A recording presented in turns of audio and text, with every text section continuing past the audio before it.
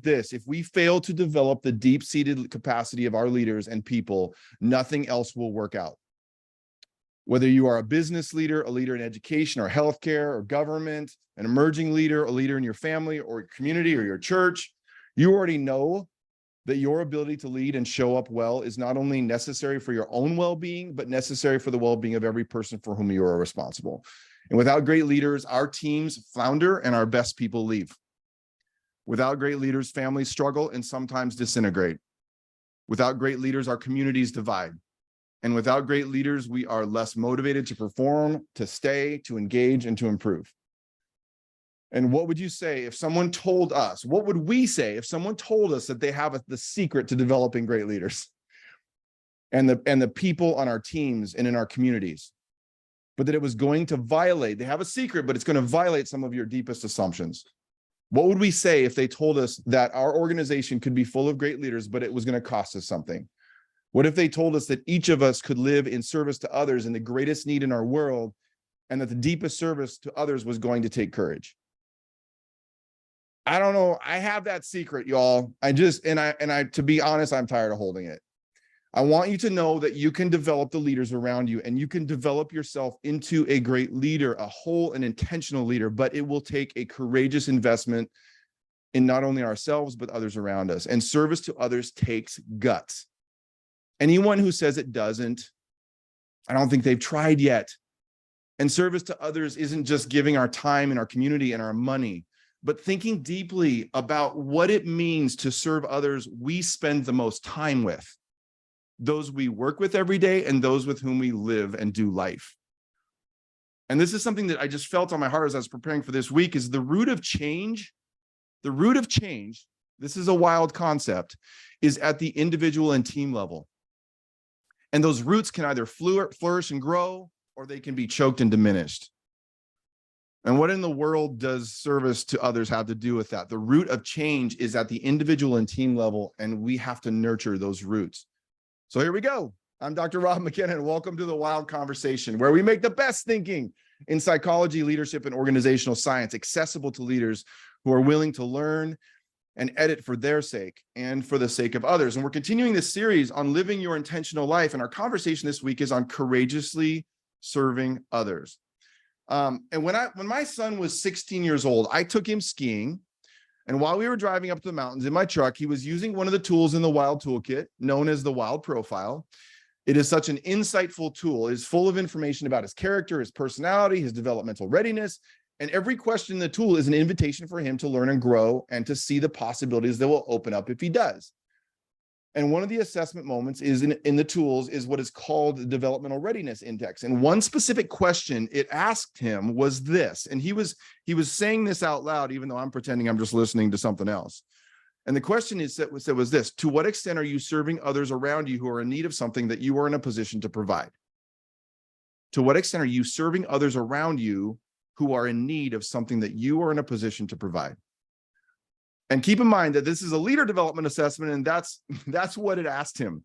And this is my 16-year-old son, Aiden. And at the end of the battery of 14 critically important questions, it asks him this: as you were answering these questions, of which that one is one of them, what did you become aware of that you may not have realized before? And his answer at 16 years old, words that I had never heard him say before. And he said this: I guess I could be more intentional about my investment in others. My son, at the ripe age of 16, and having been raised by a dad who had built an organization laser focused on developing courageous and sacrificial leaders and a system for developing whole people and leaders that lives inside of organizations, had come to the realization that it wasn't, at least in that moment, that it wasn't going to just be about him. He had now been invited to see something different, not to change his mind, but to accept the invitation to edit, to change, and to learn.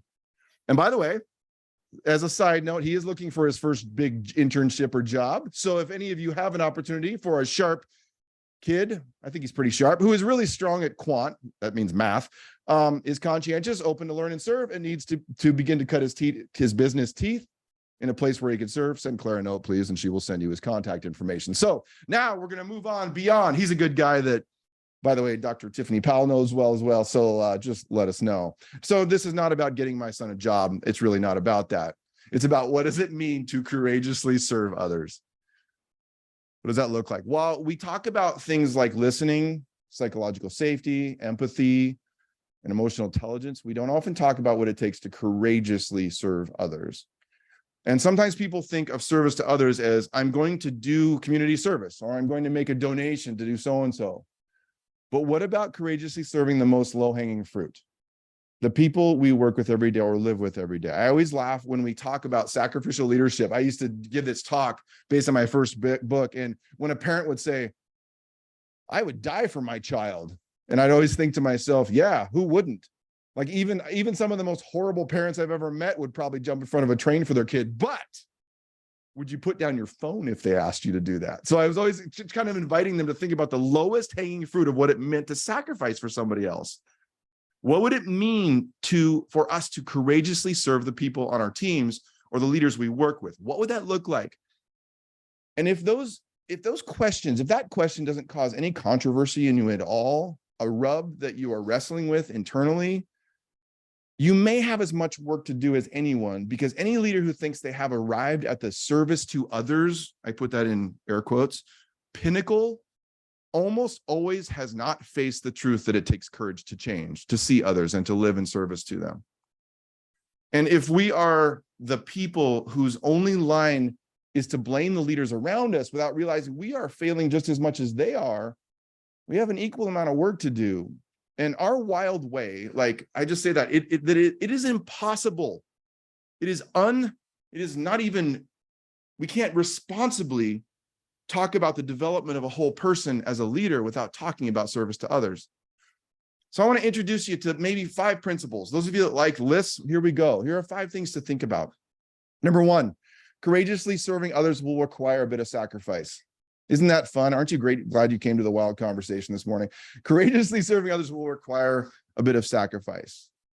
What do people actually need from you? And when I say you, I mean us and me. That you are in a position to provide. Not something out of compulsion, but out of sacrificial intention. What do they need? You'll know you're over the target oftentimes if it feels right, but it also feels like a little pain in the gut. In so many cases, people need something from us that we know we can provide, but that is a bit different than what is easy to provide, at least until we get used to providing it. And I'm not trying to be provocative or dramatic for the sake of creating drama, but I've seen too many teams fail. People leave organizations and get lost because the team members or the leader have not been willing or been given the opportunity to begin to edit and to truly serve. To live our lives courageously in service to others is to see others for who they are, for who they could become, what they're learning, and for something deeper than simply effectiveness. And I have to say this, because my comments wouldn't be whole without it. For some of us, courageously serving others will be about healthy boundaries. Not trying to fix everyone else or reduce their pain out of compulsion, but to step back and to realize courageously serving them may be to even be willing to let them suffer at certain points. I have to take that real side road because I know some of you are dealing with loved ones and people you work with addiction or other problems that you have tried to solve for them for years. And I hope I can I hope you feel invited to this. Compulsive serving isn't the answer either, but thoughtful and intentional serving where it is needed most and most difficult to provide. Number 2, this is my second point, is courageously serving others will take courage because it is against the grain. It's the right thing to do, but there often is resistance. You know, it's funny that I wrote these things down, the 4 biggest lies that I hear that we know aren't true, but that so many of us continue to live like they are. Can I give you the 4 biggest lies? So number 1, this is in my point number 2, by the way. Sometimes I like to know what the outline looks like. Point number 2, 4 things, okay? Number 1, people stay in our organizations because of pay and promotions. Research doesn't support it, neither does our gut, okay? But we continue to live like it does. Number 2, great leaders just happen. Number 3, most leader development options out there are a waste of time. Well, this one actually might be true. And number 4 is this, that investing in others is simple. And if we do it, it will make us more money. My rebuttal to those 3 lies that we continue to reinforce in our efforts WiLD leaders and as a part of our community is, one, is that people stay in organizations and are committed because they work for a great leader or manager. It changes everything. Number 2, great leaders don't happen. They are intentionally developed as whole people and leaders. Number 3, the reason that most leader development programs are not worth the contract they're written on is because they are not whole and not relevant to the actual challenges our people and our leaders are facing. They are just one more one-off assessment, leadership retreat, and they don't get to the heart of the matter. And number 4, the topic for today, deeply investing in the people around us and serving them will take courage, fortitude, and a purpose that runs much deeper than our bottom lines. Courageously investing in the development, learning, and growth of this generation of employees and leaders is the catalyst upon which everything else will rely. And I do believe this, that developing a generation of courageous and sacrificial leaders, the most thoughtful, strategic, and effective leaders the world has ever seen, requires a whole approach, a system that breathes, and a purpose that drives deep into the reality of every leader and person we know. And I know that may sound grand, manifesto-ish, and world-changing, but that change begins in the laboratory that is the simple team. Like, this is the thing, that big thing starts with the team, the simple team of people working together inside the walls or virtual rooms of our organizations. And great teams will build cultures filled with people who are courageously serving those who are the low-hanging fruit in our organizations. And it starts with us, with you and me, which gives me point number 3. Building a culture of courageous service will require a cadence of ongoing consideration of what it means.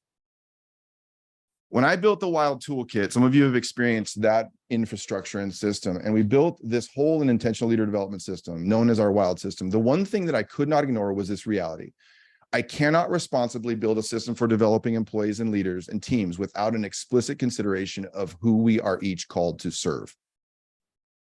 The problem is this: almost none of the leader programs out there invited a person to explicitly and sacrificially and controversially invite people and teams to do that, because we don't always like that feeling of needing to change.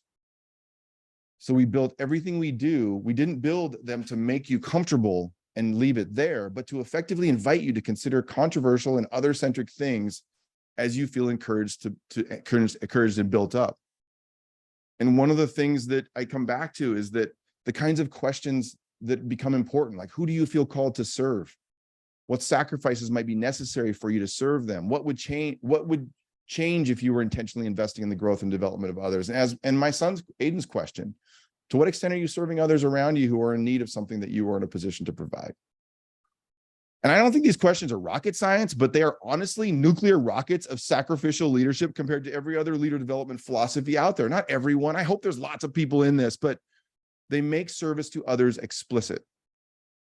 And even beginning to entertain questions like these takes service to others from nice words to practical and sacrificial applications that make all the difference in the world, but it takes courage to ask them and to keep asking them.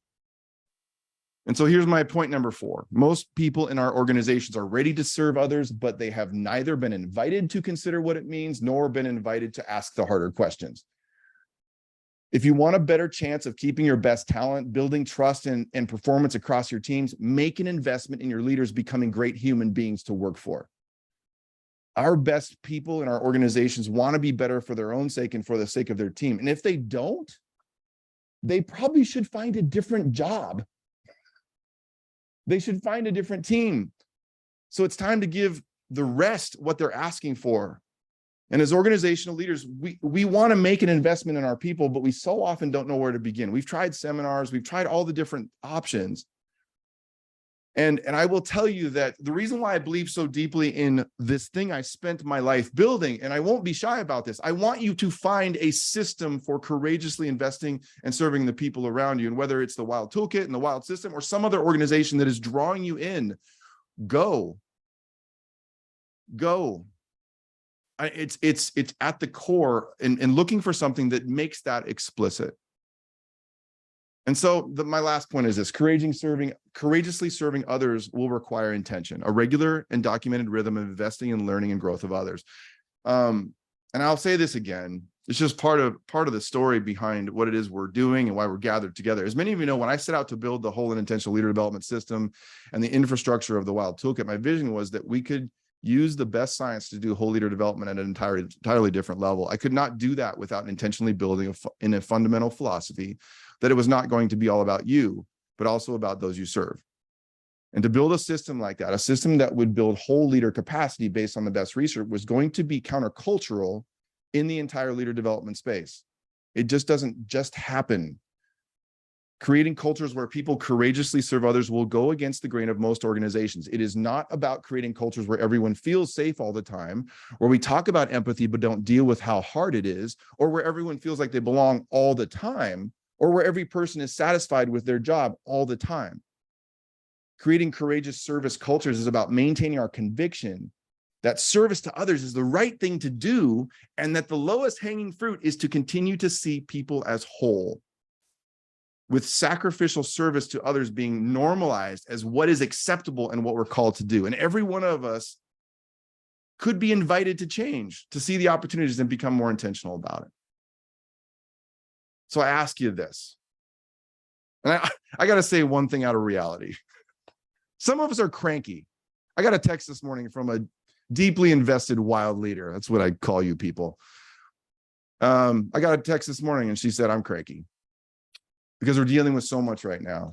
Some of us are discouraged because it is, whatever it is taking so long. Some of us are discouraged because there's been so much pain. And I want you to know that I see you, or I'm trying to see you, my friends, as I've gotten to know so many of you, and there is hope. Even in the midst of the even in the midst of the pain that you feel, there is hope and there is light. And I'm with you. And I tell you that because it matters deeply to me, and because I am with you in my desire to courageously serve others better, even in the middle of the pain. I'm not there yet, but I'm working on it. And my hope is that you will, in whatever way you can, just like the philosophy of everything I spent my life building, begin to think about changing your own philosophy to a life of service, of purpose, and of serving the low-hanging fruit of the people around you first. And I'm in with you in that and trying to do that. So as we finish, I'd love to consider these 4 questions. Who is right in front of you every day that you are called to serve? And be as specific as possible. And maybe it's not, sometimes we default to family too quickly. Maybe it's your team. What sacrifice might you need to make, something to change or to consider giving up to serve them well? What do you feel yourself resisting, or where do you feel yourself resisting?